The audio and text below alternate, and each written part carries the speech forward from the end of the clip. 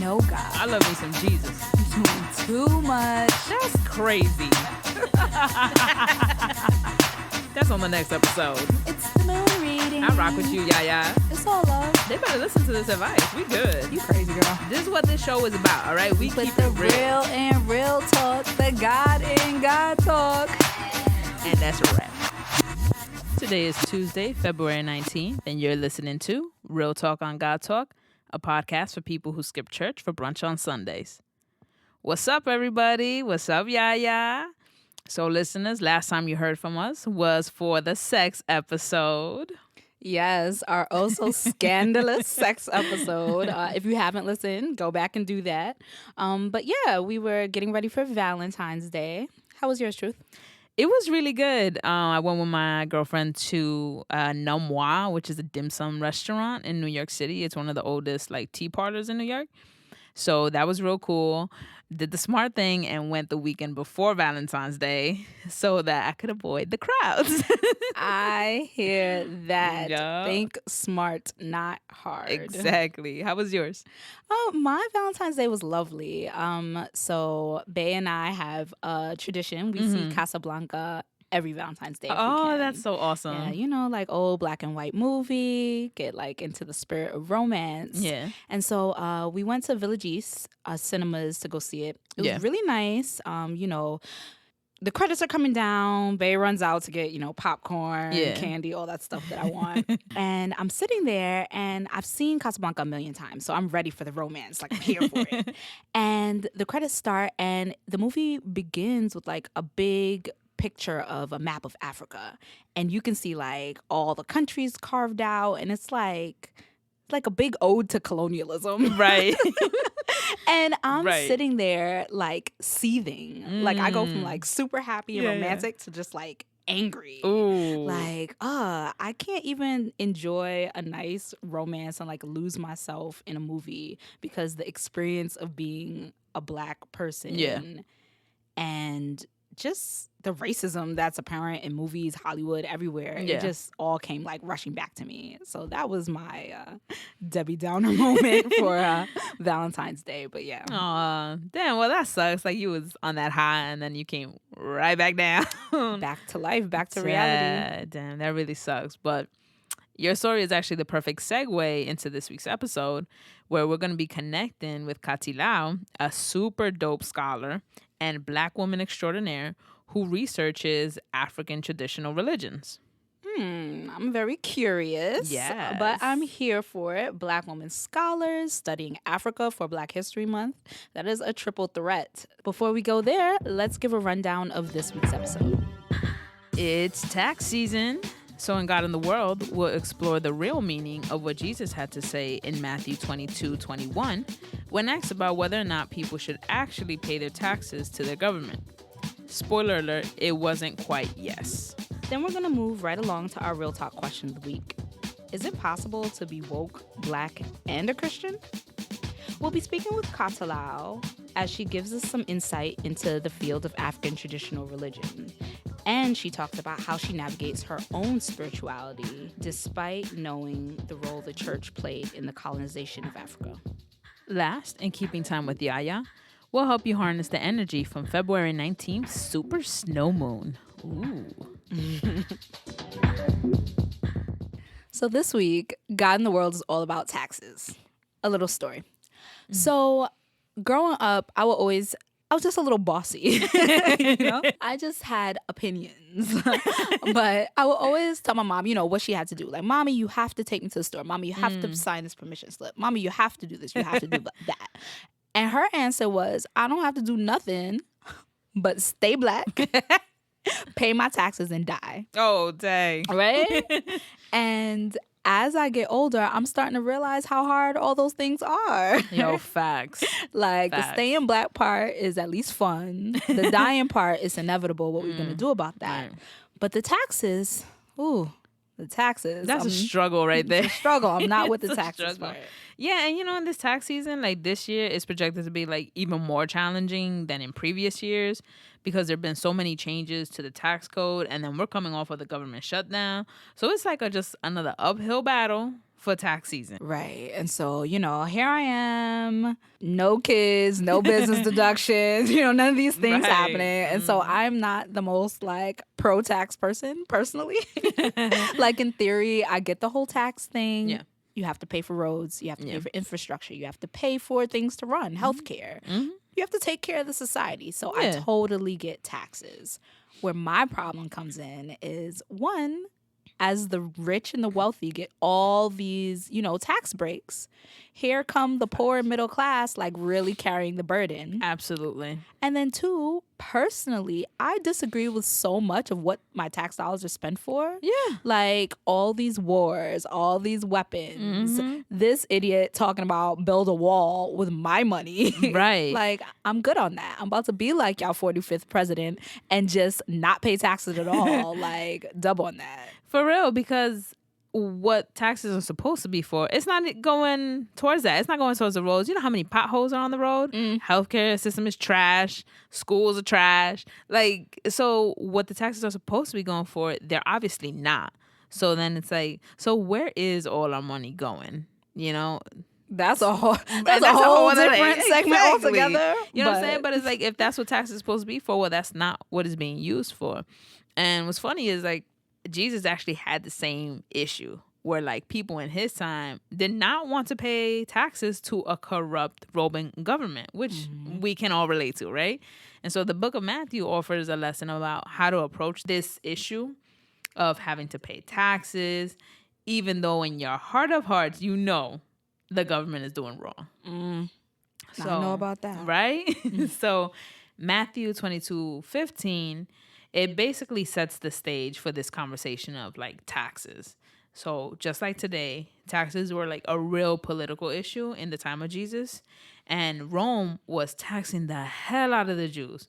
And the Jews were no, we really have enough. You're taking so many taxes, we barely have enough to survive. And so the Pharisees were oh, this is the perfect opportunity for us to trap Jesus. Because if we ask him this question of should people pay taxes, either way, whatever his answer was going to be, he would lose support. If he were to say, yes, pay taxes, then his radical supporters would be oh, he's a sellout, right? And then if he said, no, don't pay taxes, then he would lose the support of the moderates and then piss off the Roman government. So it was they wanted him in a lose-lose situation. And we see how this story ends. He did not want to piss off the Roman government. Exactly. Not too early.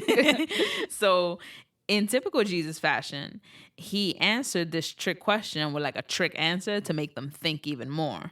So in Matthew 22:18-21, it says, "But Jesus, knowing their evil intent, said, 'You hypocrites, why are you trying to trap me?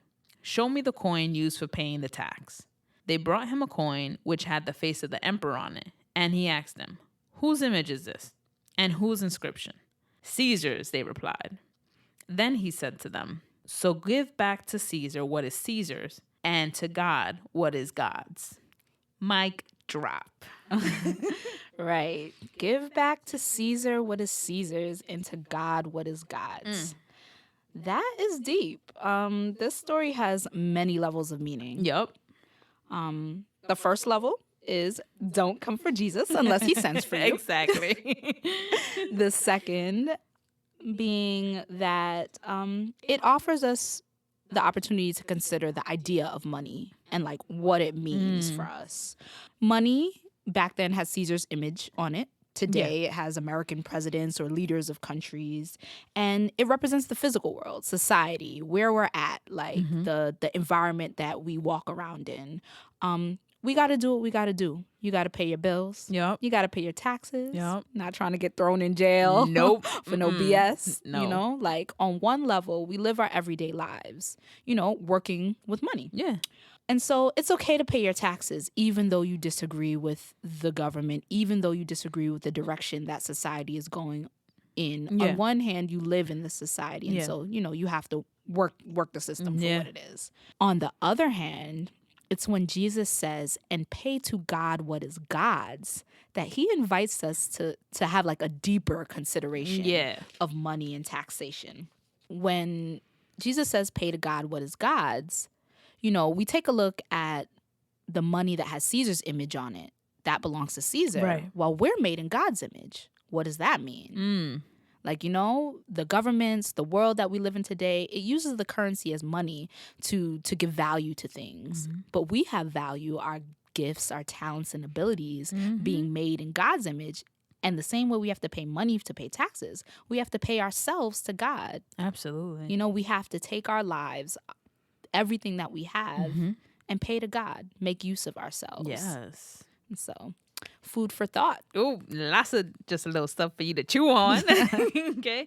And that's so true, because just like you were saying, YaYa, with our gifts, with our talents, with our abilities, like this is how then we use them to also hold like our government accountable. Right. It's not just about, we're paying taxes and we're just going to go along with the show. It's like, no, this is then we use all of this to hold our government accountable. So I really love that. And one side of that is, this is that spiritual side that we were talking about. And so a more practical side is, because it is tax season, Real Talk on God Talk, we have some resources up on our website about tips on how to navigate tax season during this time so that you don't miss the tax deadline. You don't want to incur any additional penalties or anything like that. So we got some good tips on the website. So remember to check that out.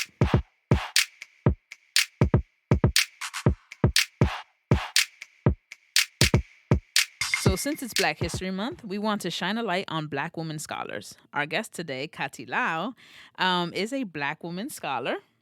Hey everyone. Oh my gosh, this is so exciting. Real Talk on God Talk.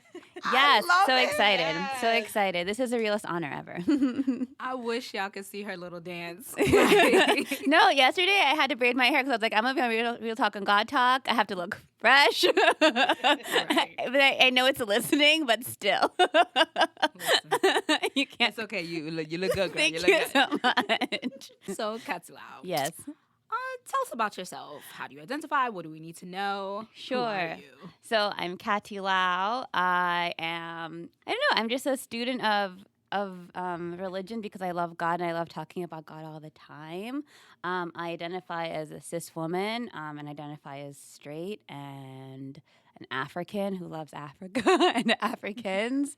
Yeah, and I love my ancestors. So that's what I've dedicated my life to, figuring out how to honor all those entities and beings. Thank you. That's beautiful. And could you tell us a little bit about where you're from, how you grew up? Sure. So I was born in America, but I grew up mainly in Kenya. Then I moved back to America, and I was raised by a single mother. God bless her. Shouts to single mothers. Yes. Hardest workers in the room. Amen. I went to undergrad in upstate New York and then spent a few years after college trying to figure things out. And God was like, get your life together. And so I went to seminary, and now I'm hopefully going to pursue a PhD, which will be exciting. Yes, we definitely need more Black women scholars. So, boom, you said that you're Kenyan, you were born in America, grew up in Africa. A lot of my friends I met in college, blessed to meet them, grew up in African households, super strict. What was the environment like? I mean, I will tell you the reason I'm going to get a PhD is because of how strict my household was. My mother, dad said, no nail polish until you're in college. No boyfriends until you're in college. No TV past 8 p.m. It was just I think it was there's so many sacrifices and everything is so in such a fragile state that I think our parents wanted us to just really be prepared for what the world throws at African immigrant people and Black people. And so I think we were just kind of raised with that. Not so much fear for the world, but preparation for what it takes to make it. So that cause my mother was not having me back on her couch at the age of 18, at 22. So I think my family has a really weird religious background, but my mother was very keen on us going to church, and her rule was, as long as you live in my house, you're going to church. As my religious identity was developing, got harder and harder. So that stretch to college was really difficult, but we had a couple of fights, but we managed to make it through. Amen. Amen to that. Yeah. So you said a weird religious background. Tell us more. What do you mean? I don't consider it Christian because it wasn't it wasn't, well, of course, they didn't go to theology school, but it was it just seemed as though we went to church and we prayed to Jesus because that's what they had been told they had to do, and there was no questions about it. And so we weren't really allowed to ask questions or really wonder what does it mean to be like praying to this God of a people I didn't trust. I didn't trust like the hegemonic state through which Christianity had come to my people, and it just felt weird. Like I didn't understand how I was being made to pray to some entity who I was supposed to fully trust, and yet when I went to church, I was always crying. Right. So it was weird because my mother, she grew up in a time when you didn't ask why, you just did it. So I don't think she really had the language to even talk to me about what it meant that I was not happy with practicing what I was having to practice. So, got you. And how would you say you identify now? So now I identify as an African traditionalist from the Akamba tribe, which is where my people are from. I will say I don't speak for everyone, and it's going to take a lifetime to learn everything that I didn't take the time to learn when I was younger. I didn't have the opportunity to learn, and everything that's been taken away because of colonialism. But I think it's been wonderful to find those lessons just come into your heart. Occasionally, which is nice to like recognize. So, and how would you describe like an African traditionalist, like for our listeners? Like, could you unpack that a little bit? Well, how I understand it, the earth is everything to how I understand my tradition. And there's no one day a week. There is no Sabbath day. There's no time for prayer. There's no time to like think about God. Every moment of my being, I feel like I'm in practice of that. And upon realizing that, I think it was a bit daunting at first to be like, whoa, it's not just Sunday. It's every moment, every day. But it actually became really freeing to just let myself be honest with myself about what I wanted, how I wanted to live, and what values I wanted to have. To me, it's looking at trees and finding joy, not only because they're beautiful, but because they bring me oxygen and recognizing the sacredness of that oxygen. It's looking at water, whether from a faucet or from the river, and just being so excited that, once again, something that's appeared so simple for so long in my life is the only reason that I'm standing. It gets overwhelming because of how much beauty there is, but it's fun. It's really, I would think I would describe it as fun because every moment, every day, you're seeing God's beautiful, beautiful design. Like when I see butterflies, that's insane. I'm like, what? You had all the time to create a butterfly out of the entire universe. You're like, we need this really beautiful, like, tiny thing to just flitter flatter. What? I love God. God's great.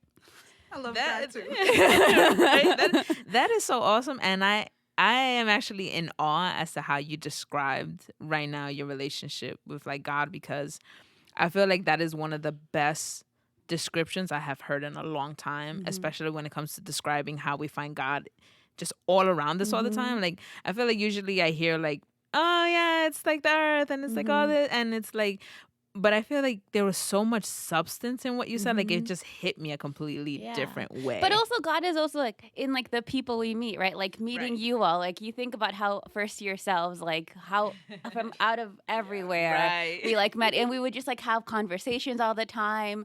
And like I remember, me and Truth had this class, and we basically had to do quizzes on the Bible, and every week I don't think we'd introduced ourselves. We never do. I don't think I knew my name until like the 5th week, but I just was like, this person knows exactly what I'm going through. And like within 2 minutes we were just like laughing, and that laughter has continued. And I think that's God. I think that's God's divine design of these people will meet in this period of time because that's the lesson they have to learn from each other. And then maybe they'll veer off and maybe they'll meet each other again. But in this moment, these people have to meet. And I think it's been really beautiful, and I'm grateful. It has been very beautiful. Yes. You talked about asking questions that your mom's generation and, generations before that weren't quite able to ask. You talked about, you're introduced to this religion, Christianity, that like has this white Jesus that looks the same as the white people that are in your land, in your country, in your homeland. And I guess, when did you start to have those questions? And how did it work? Like little Katilau expressing that. Sure. So at first it was going to church I went to a Methodist church when we first moved to America.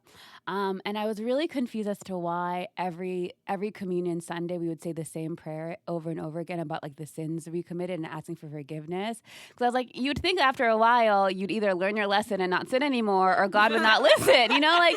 And I was like 14, and I was like, I don't get it, you know, like. And I think I have some like unfortunate self-righteous tendencies, but I was like, why can't we just get better? And so that was my first question of, I don't think this theology that I'm being taught in church is correct. And then I think as you become more and more aware of colonialism, which also wasn't discussed in our household very much, I just started wondering, like, I always had a problem with the idea that everyone on earth had to know Jesus in order to go to heaven. I just didn't like the idea at all, because it just did not make sense. And I just kept wondering, like, what about my great-great-grandmother? Like, she didn't know Jesus. Is she not going to hell? And that just didn't make sense to me.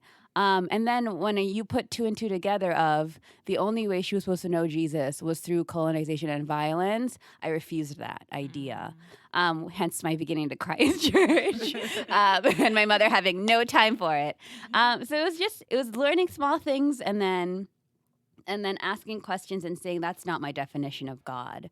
And I think when you grow up in an African household, particularly like my East African household, like I don't know what it is, whether it's amnesia or the trauma from or like the amnesia from the trauma, but colonialism isn't talked about, and how Christianity came to us isn't talked about. Or if it is, it's just, we needed to know God, so that was necessary. And I just refused to ever, and if I was told that God loves me, it just didn't make sense that God would cause that kind of suffering for me.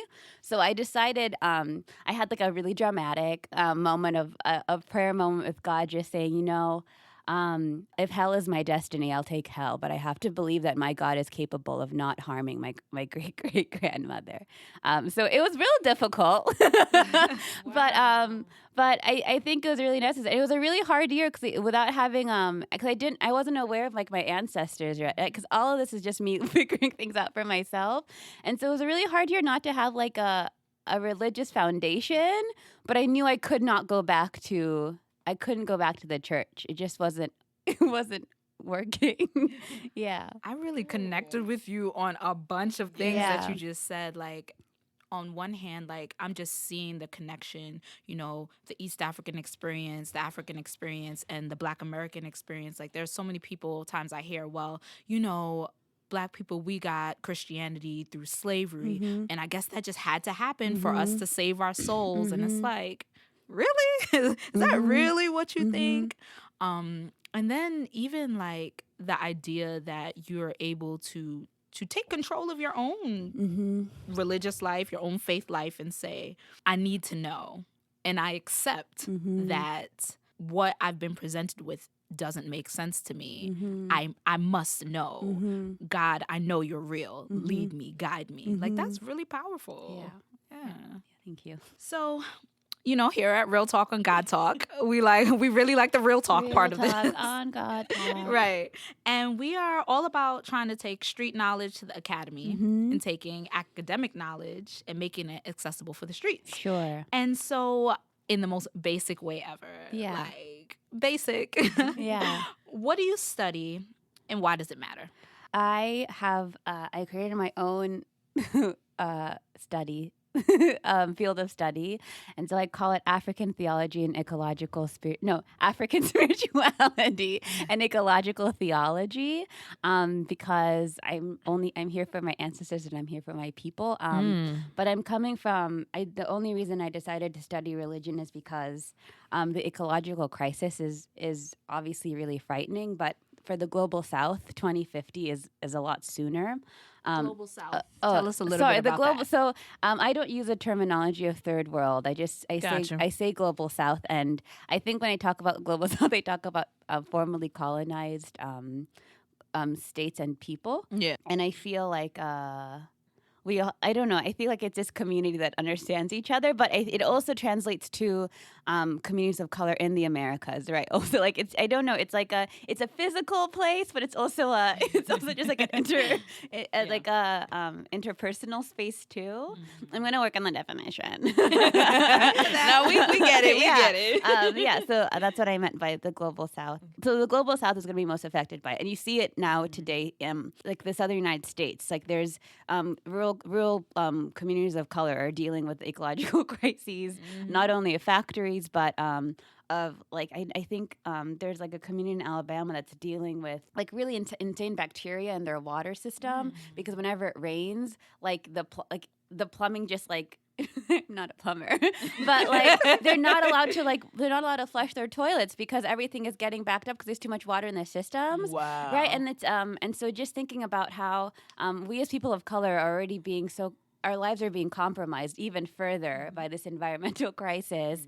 And I think I'm on one hand, I want to have that hope, that naive hope that something can be changed. But when you do all the readings, I realize that we're going to have to do a lot of spiritual work to make it through. And so I came to study religion because I thought I wanted to be an ordained minister to people in a time of climate change. Like people are going to need doctors, they're going to need lawyers maybe, but they're also definitely going to need a spiritual care as they endure that suffering. But then the wonderful thing about like awakening to ancestors is this idea that for thousands of years our ancestors dealt with ecological crises, not to this extent because I mean they had access to nature and clean water and clean air, but they have so much wisdom of how to deal with drought, how to deal with a lack. But still be in community with people and not cause suffering for others just for your own survival. Woo, did y'all hear that? Not cause harm to other people for your own survival. Yeah. That's real. Say that again. Yeah. Run that back. Okay, rewind and play that again. Still be in community with people and not cause suffering for others just for your own survival. That is a word right there. Yeah, Katilau said a lot of important things, especially when it comes to the idea. Like, I think a lot of us have the idea that, like, the ecological crisis, being an environmentalist, all these things, like, these are quote-unquote white people things. They are, yeah. But real talk, it's most affecting our community. Absolutely. Right? Like, when it comes down to it, rich, wealthy communities that are affected by these massive fires in California, they get the insurance money. Yeah. They get rebuilt. They get the things that they need to deal with it. But how are we, our communities, how are we equipped? Yeah. Listen, I don't have my notes here with me, but I think it was like the Kyoto Protocol that talked about how, decreasing carbon emissions with every country, right? Like all of the countries following this limit. And then all of a sudden you had these like Western philosophers coming up with ideas to help the global north, because it's like to them it's unfair that places like Canada, for instance, have to decrease their carbon emissions when their people have become accustomed to a certain kind of comfort and they need heating and they need cars. So what if we were, and so like Peter Singer, who's like this like renowned philosopher, is like, what if we come up with an idea where the global South countries are able to sell their carbon emissions to the global North, and in that instance, the global South will have money, but the global North will also be able to keep their comfort. And it's like, number one, you can't eat money. Right. Number two, do you want the global South to die? Right. Because you also think about how like global South governments like deal with that kind of money. Like the people don't receive that money. No, of course not. Yeah. But just this horrible selfish idea that you're being asked to reduce your carbon emissions and your next answer is let's just buy resources once again from the global South. What? Or let's keep taking and like don't allow the only way the global South isn't allowed to develop because you need your like electric blanket, and I think I'm not an economist, so I think that conversation about like what economic development in at least in Africa looks like, I'm always like on the wrong end because I'm like, but the trees, and I'm able to do that because of my privileged like position, of course, and I recognize the naivety behind that. But that's why I think the wisdom of the ancestors is the best. When you talk about the religion of the streets, like I will say that my first awakening that what I was learning in church wasn't correct is because we would go on these like mission trips and like just going to the communities and being around people, and that's when I think I really got to understand God. Through action and through the world. But your question was about what it means to bring this academic jargon to the streets. I think to me, like it's the streets, quote unquote, that inform me, and like it's the people from my village back home in Kenya and like in Nairobi who inform me, and like those are the people I'm citing in all of my papers. It's their wisdom. I don't know why I'm in school because Me no, I know. I don't think nobody does. Because who is it helping to be here? I guess in some ways it's to combat the idiocy of white environmentalists who don't want to talk about white supremacy. In talking about the environment and what it means, because I mean, maybe call it anthrocentric, but I'm not interested in an environmental ethic if people of color are still being dehumanized. I don't say that. I will. This entire ship is going down if my mother's not being considered a full human being with full rights, right? It's just not going to work. And I'm not going to be here for it. For us, just once again to perpetuate the cycle over and over. I'm talking a lot. But that's why we invited you. So what do you think is at stake if you don't talk? Well, everything. I will once again repeat, because I've been called out on it, that I speak for myself. Because I speak for myself, obviously. But so I think it's a real privilege to have grown up in Kenya and to grow up in America, because it gives you this perspective, especially as a Black body in this world, that is just not understood. Like, what does it mean to be African in Africa and African in America, but also Black in America and Black in Africa? Being able to recognize the ways in which the two communities just do not talk, and also the animosity between each communities and how that's just really not helping us at all.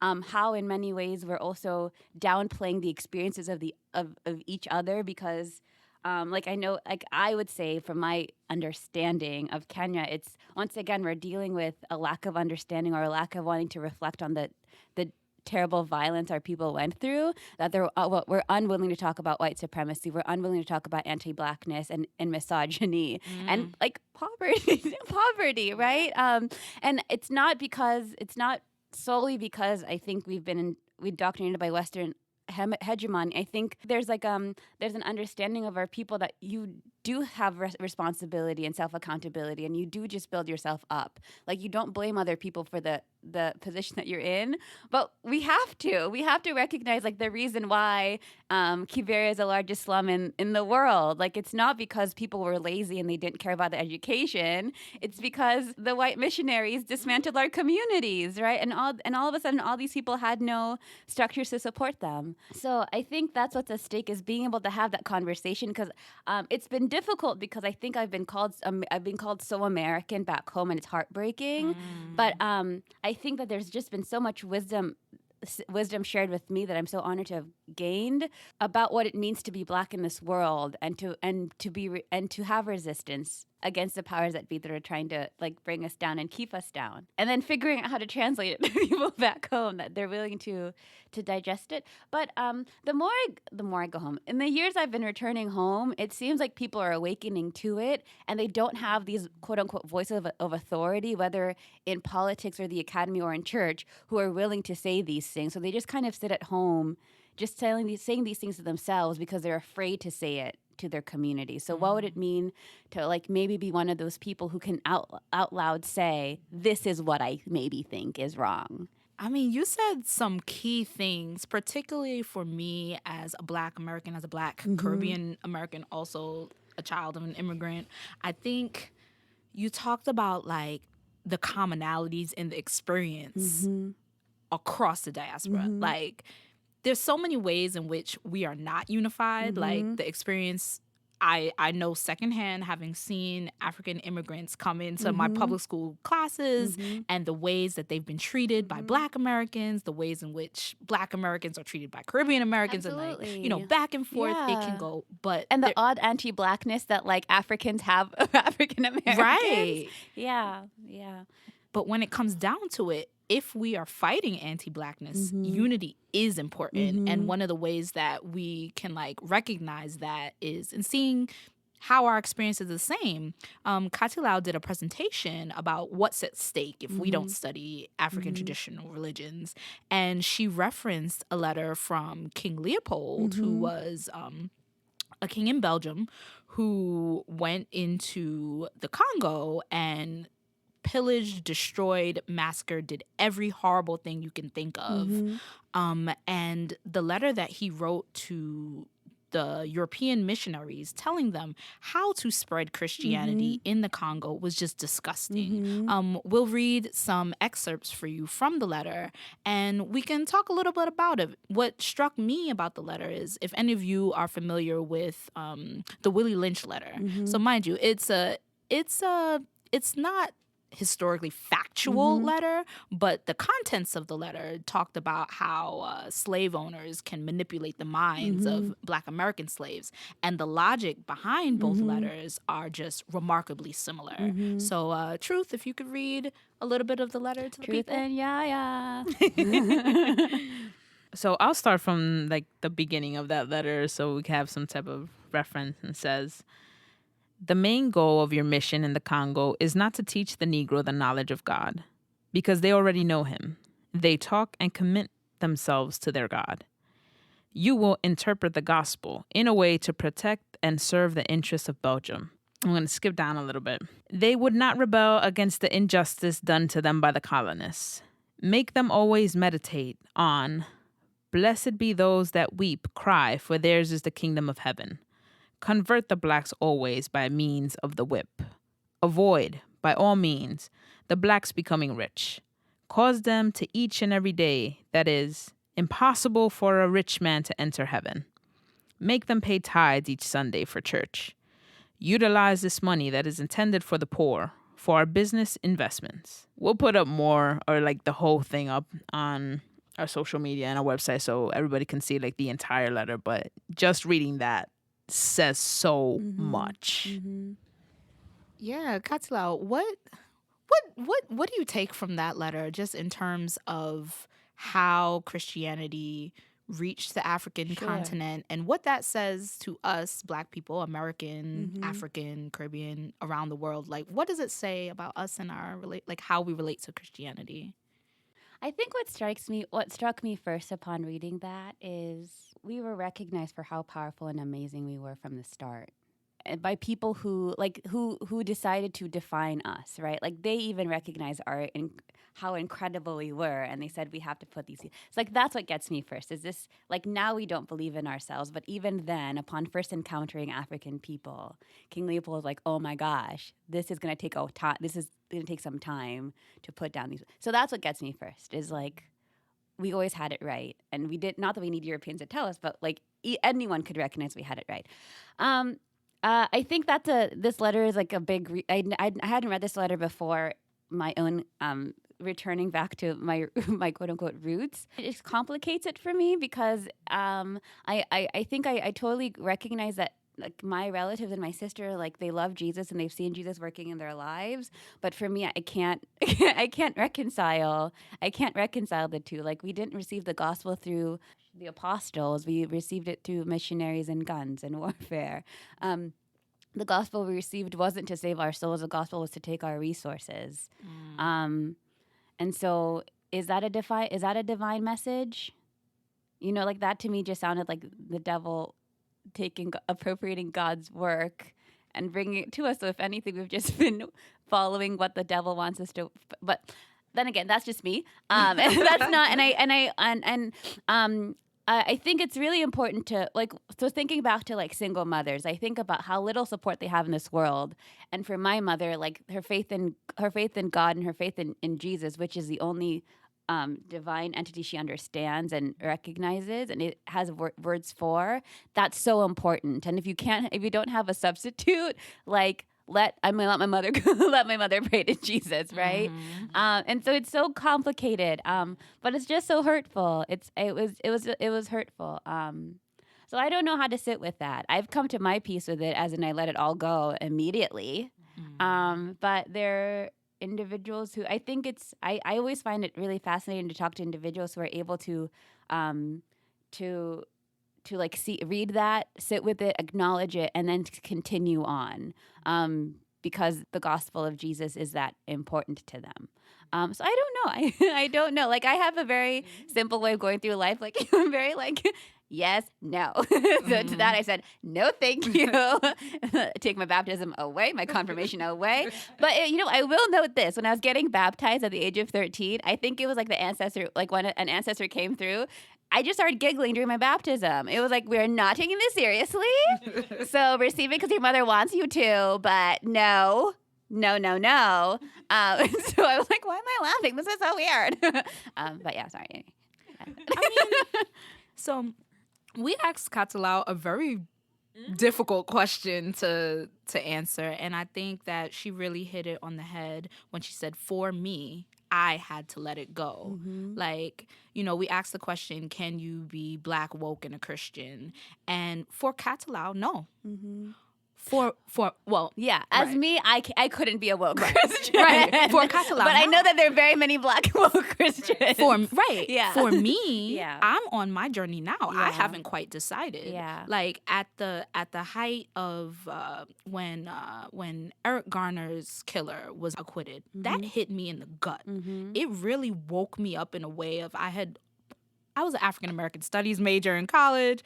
I understand the oppressive system and the oppressive forces at work. However, that idea that we are so hated that you can look on camera and see a murder be perpetrated and then have this world, this government, this society that is supposed to hold me and say, you are important, you are a person, look at me in my eyes and say, no, you're not, you're nothing. That was just too much for me to handle. And at that point, I had a crisis of faith. Like, it was just like, how, like, churches aren't saying anything about it. Like, most mainstream churches, when I say mainstream, I'm talking about most mainstream white mainline churches aren't really talking about this. And so it doesn't matter to them. And if it doesn't matter to them, then I don't matter to them. And it really sent me down a path of, okay, I connect to my community. I love my grandma. My grandma told me Christianity is the way to go. And I was scared, like, at the back of my mind, that idea of, okay, if you don't believe this, you're going to hell. That was like a real thing. And so I had to, much like Katilau, say, okay, maybe I'm going to go to hell, but I need to know. And so when I started reading up on, so we'll put some resources on our site, but there's many different ways to interpret the Bible, many different ways to interpret Christianity. And one way is liberation theology. One way is Black liberation theology. And so when I started reading up about this empowering way of looking at Christianity as the only true road to freedom, being concerned with Black people, oppressed people, people at the bottom is the only way to find salvation. I found like another inroad into Christianity that said, maybe I can take this seriously. Maybe this is for me. But I think I just really appreciate the sensitivity that you talk about it with, because my mom, like your mom, Katilau, she has questions, but she has her everyday experience, and Jesus has taken her through her everyday experience. And, like, she can always question it in the future if she decides to or whatever, but for right now, her faith carries her, and I would never disrespect that or disparage that. And I think for me, another reason I couldn't continue on with Christianity is, once again, my ancestors. I've heard a lot of calls from them. And so because they're so real to me, anything that ever called them demonic is just canceled to me, and it just had to go away. But I agree that finding the sermons and lectures he would hear from Dr. James Cone were a really wonderful reminder of how I think I was able to find my peace with Jesus because of Dr. Cone. And I still keep going back to what all of his various interviews and many, many moments of brilliance where he just talks about what it means to be a person who embodies justice in the West, especially in the Western world and the Western academy. So I think in many ways, Black liberation theology gives me the tools to navigate scholarship. That's awesome. Yeah. Rest in peace, Dr. Cone. So thank you, Katilau, for this amazing interview. We learned so much. Thank you for Thank you so much for having me. No, thank you for your gentle, your gentleness when you speak, and then also the power with which you speak. Your ancestors really come through. And so thank you, because it really was an honor for us to have, a Black woman scholar here who can really talk the talk, and you talk from your own experience, which is so beautiful. Without, I like sometimes you'll hear other scholars speak and it feels like they're speaking for everybody or they're putting you down for what you believe in. You don't do that. And so, just thank you so much for being here. And well, thank you all, because a lot of how I am and how I'm able to move through academies because of having friendships like you all, and like finding other people who don't want to have all this silly ornamental stuff. And you guys are just so real. And you've taught me a lot about what it means to walk with integrity in this space. So thank you. Oh, we love you, Katilau. We love you too, listeners.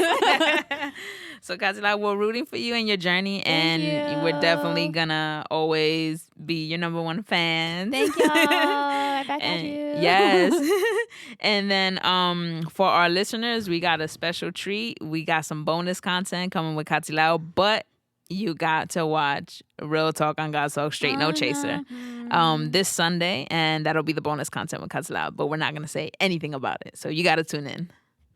Yes, like and subscribe. Bye. To keep the conversation going, tell us what you think by following us on Instagram or Twitter at Real Talk on Godtalk.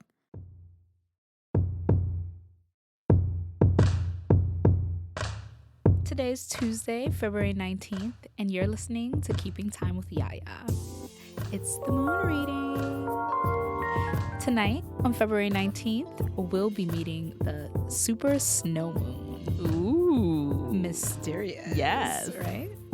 So, for all of you wondering what's the super moon and what's the super snow moon, the super snow moon is the point of the year where the moon is closest to the earth.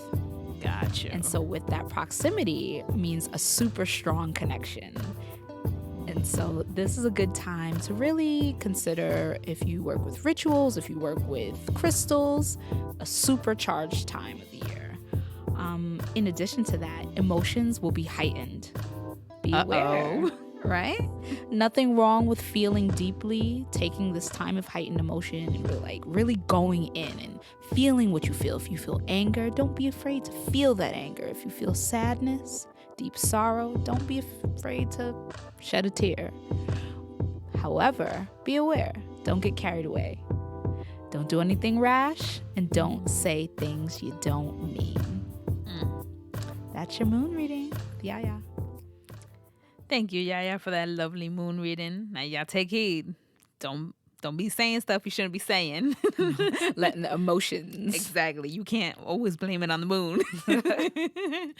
But thank you, YaYa. Always making sure we staying right around here. Thank you for tuning in to this week's episode of Real Talk on Godtalk. Remember, this Sunday will be a new episode of Straight No Chaser. So you can catch it on our YouTube channel, on our IGTV. So make sure you hit up our Instagram at Real Talk on Godtalk to get all the links. Like, subscribe, share, tell a friend to tell a friend. Yes, leave us some 5 stars on iTunes. If you like this podcast, share with your friends. Help us expand our listenership. And we want to be able to just have listeners all over, and we want you to join the conversation as well. Thanks for another great episode, and we'll catch you on the next one. Peace. Bye, y'all. I don't believe in God. I know God. I love me some Jesus. You're doing too much. That's crazy. That's on the next episode. It's the moon reading. I rock with you, YaYa. It's all love. They better listen to this advice. We good. You crazy, girl. This is what this show is about, all right? We keep the it real. And real talk, the God in God talk. And that's a wrap.